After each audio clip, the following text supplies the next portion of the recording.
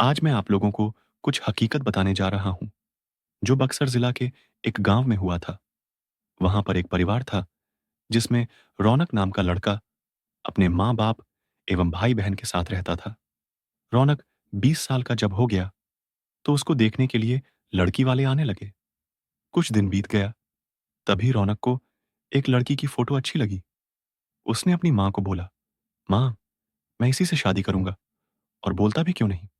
हर लड़के की ख्वाहिश होती है कि उसकी औरत सुंदर और संस्कारी हो, ताकि किसी के सामने ले जाने से उसका मान भी बढ़े। उसकी माँ ने बोला, "ठीक है, बेटा तुम्हारी शादी मैं इसी से करवाऊँगी।" और लड़की के पिता को हाँ बोल दिया। कुछ दिन बाद उसकी शादी का दिन आ गया। वह बहुत खुश था, क्योंकि उसकी हल्दी मेहंदी और संगीत से घर में खुशी छाई हुई थी। सारे मेहमान से उसका घर भर गया था। वह मन ही मन सोच रहा था कि मैं अपनी औरत को बाहर घुमाने ले जाऊँगा और दोस्तों के साथ खूब बातें भी करूँगा कि देखो मेरी औरत लाखों में एक है।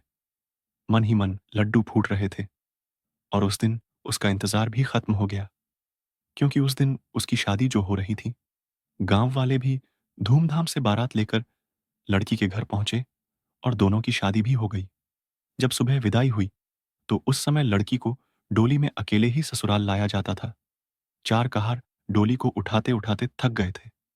वह बेचारे सोचे कि कहीं पेड़ दिखा, तो डोली उसके नीचे रख देंगे, तो थोड़ी देर आराम करके फिर आगे बढ़ेंगे। और आम का पेड़ तभी दिख गया। वह लोग डोली को रखकर पानी पीने लगे और बोले कि, "बहू, अगर आपको भी प्यास लगी हो, तो पानी पी लो।"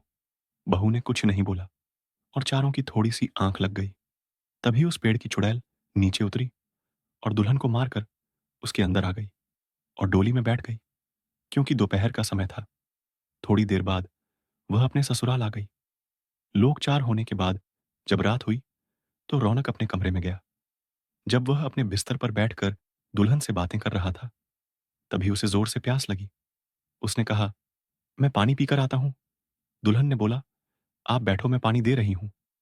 इतना कहकर उसने अपना हाथ लंबा करके कुएं से पानी निकालकर उसको दे दिया। इतना देखते ही रौनक जमीन पर भद्द से गिर गया और बेहोश हो गया। थोड़ी देर बाद जब उसे होश आया, तो उसने अपने सामने घूंघट में छुपी चुड़ैल को देख लिया और भागने की कोशिश करने लगा। तभी उस चुड़ैल ने बोला, "आप भागो मत, मैं आपको मारूंगी नहीं और अब मैं आपके साथ रहूंगी भी नहीं। नहीं तो आप जीवित नहीं रहोगे, क्योंकि आपने हमारा चेहरा देख लिया, लेकिन यह गांव हमारी ही निगरानी में हमेशा रहेगा, क्योंकि यहाँ मेरा ससुराल है।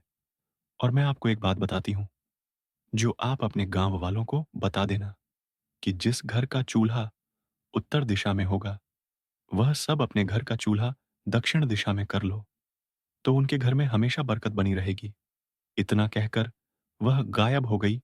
शास्त्रों के हिसाब से माना जाता है कि दक्षिण में अक्सर भूत प्रेत निवास करते हैं, लेकिन ऐसा करने से आज भी उस गांव में कभी भूखमरी या फिर कोई बीमारी जल्दी नहीं आती।